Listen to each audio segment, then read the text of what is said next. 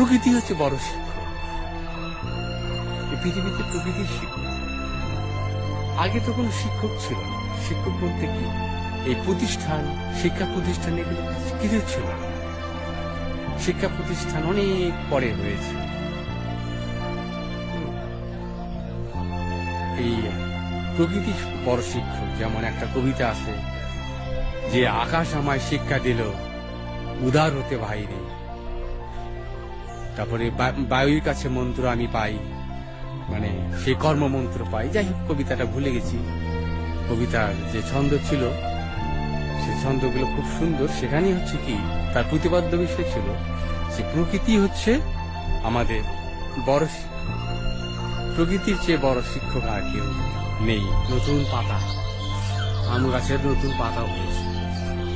এই যে নতুন পাতা, এই নতুন পাতার নতুন পাতারও একটা সৌন্দর্য আছে। এই নতুন পাতা, এটা আবার ইয়া হবে, পুরাতন হবে। আজ যেটা নতুন, কিছুদিন পর সেটা পুরাতন। এই পাতাটা আবার ঝরে যাবে। এটাই প্রকৃতির নিয়ম। এখানে ফুল ফুটবে, ফল হবে, আবার সেই ফল থাকবে না।